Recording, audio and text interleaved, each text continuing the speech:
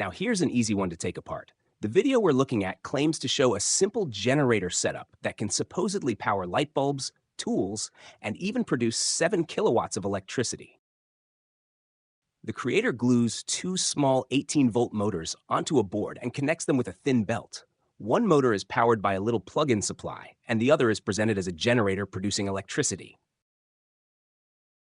The so-called generator output is then fed into a transformer, which he claims steps the low voltage up to 220 volts and delivers it to a triple socket outlet. Sounds impressive, right? But the reality couldn't be further from the truth. Here's the first problem. The output of the second motor is low voltage DC. Transformers don't work with DC. They require AC. Feed them DC and you get nothing. Absolutely nothing.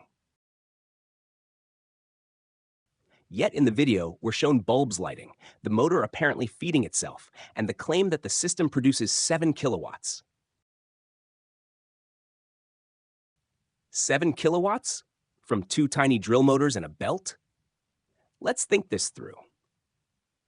First, the 7 kilowatts would need to pass through thin wires that would burn out almost instantly. Then, through a tiny transformer far too small for the job. Then through the so-called generator, which is just a low-voltage hobby motor. And all of that supposed power would have to be transmitted through a flimsy little belt and supplied by the first motor.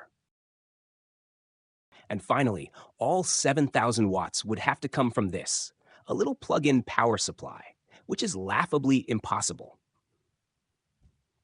In short, the whole thing is completely impractical and impossible. So how are the bulbs lighting up? Simple. The transformer isn't doing anything because it can't. The only way this works is if the socket is secretly connected straight to the main supply. And that's the trick. What's presented as a self-running generator is nothing more than a mains-powered illusion. So next time you see a claim like this, remember, if it looks too good to be true, it probably is.